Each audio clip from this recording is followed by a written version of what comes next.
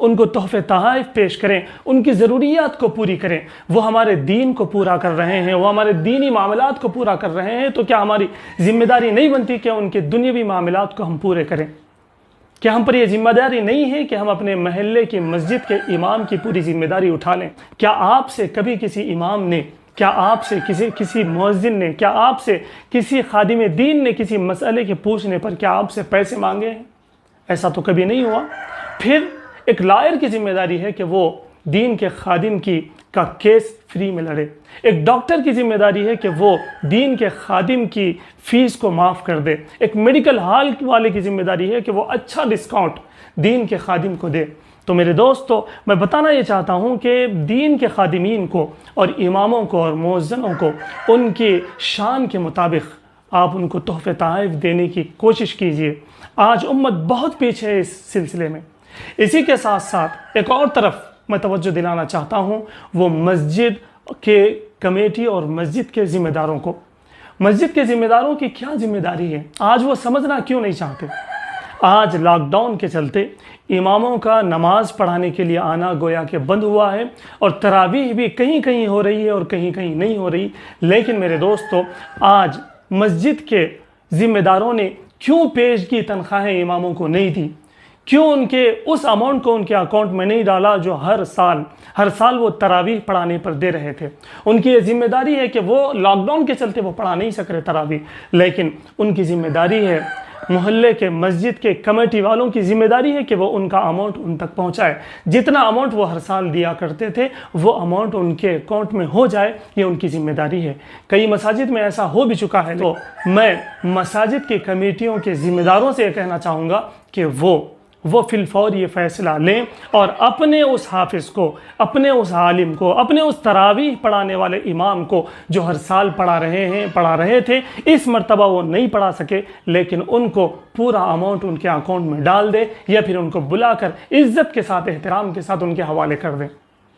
میں یہ بات بھی کہنا چاہوں گا، آپ کو یہ شکایت ہو سکتی ہے کہ چندہ نہیں ہو پا رہا، ہم کورونا کی وجہ سے محلے میں پھر نہیں پا رہے، ہم اپنے شہر میں گھوم نہیں سک رہے، جس کی وجہ سے چندہ ہوتا اور ہم چندہ کر کے امام صاحب کو دیتے۔ تو دوستو، مسجد کے ذمہ داروں میں، مسجد کی کمیٹی کے ذمہ داروں میں وہ کون ہیں؟ کس کو مسجد کا ذمہ دار بنایا گیا ہے؟ کس کو کمیٹی کا رکن بنایا گیا ہے؟ آج تک جبھی بھی جس مسجد کے کمیٹی کا رکن کسی کو بنایا جائے، کسی بھی مسجد کے ذمہ دار کسی کو بنایا جائے، تو تاریخ شاہد ہے اس پر، یہ ہر جگہ کا تجربہ ہے۔ ہر کوئی یہ دیکھ رہا ہے کہ اس بنا پر نہیں بنایا گیا کہ یہ نمازی ہیں، اس بنا پر نہیں بنایا گیا کہ یہ متقی اور پرہیزگار ہیں، اس بنا پر مسجد کا ذمہ دار نہیں بنایا گیا کہ یہ 5 وقت کی نماز پڑھتے ہیں، یہ ہمیشہ زکوٰۃ ادا کیا کرتے ہیں، یہ دین کے معاملے میں اچھے ہیں، اس لیے کہیں پر کسی بھی ذمہ دار کو بنایا نہیں گیا۔ آج اگر کسی کو مسجد کا ذمہ دار بنایا گیا ہے، وہ اسی بیس پر بنایا گیا ہے کہ ان کے پاس بینک بیلنس زیادہ ہے، ان کے پاس عہدہ اچھا ہے، یہ اچھا ہولڈ رکھتے ہیں سیاست کے اندر، یہ محلے میں اپنی دھاک رکھتے ہیں، اسی وجہ سے مسجد کا ذمہ دار اور مسجد کی کمیٹی کا ذمہ دار بنایا گیا ہے۔ تو میں ان سے گزارش کروں گا کہ جب آپ کو پیسے کے بل پر مسجد کا ذمہ دار بنایا گیا ہے، تو آج آپ کی ذمہ داری ہے کہ آپ اپنا وہ پیسہ نکالیں اور اماموں اور مؤذنوں اور تراویح پڑھانے والوں کو پیش کر دیں۔ اسی آج کے دن کے لیے ہی گویا کہ آپ کو مسجد کا صدر اور مسجد کا معتمد اور مسجد کا ذمہ دار بنایا گیا ہے۔ تو میں گزارش کرتا ہوں آپ سے کہ آپ کو جس وجہ سے مسجد کا ذمہ دار بنایا گیا ہے، اس ذمہ داری کو آپ نبھائیں۔ بھلے ہی آپ کو چندہ نہیں ہو رہا ہو، بھلے ہی آپ کو محلے سے پیسے اماؤنٹ اکٹھا کرنا نہیں ہو سک رہا ہو، لیکن آپ کو اللہ رب العزت نے یہ استطاعت دی ہے، آپ مسجد کے صدر ہیں، آپ مسجد کے معتمد ہیں، تو اس بات کی دلیل ہے کہ آپ کے پاس بہت پیسہ ہے۔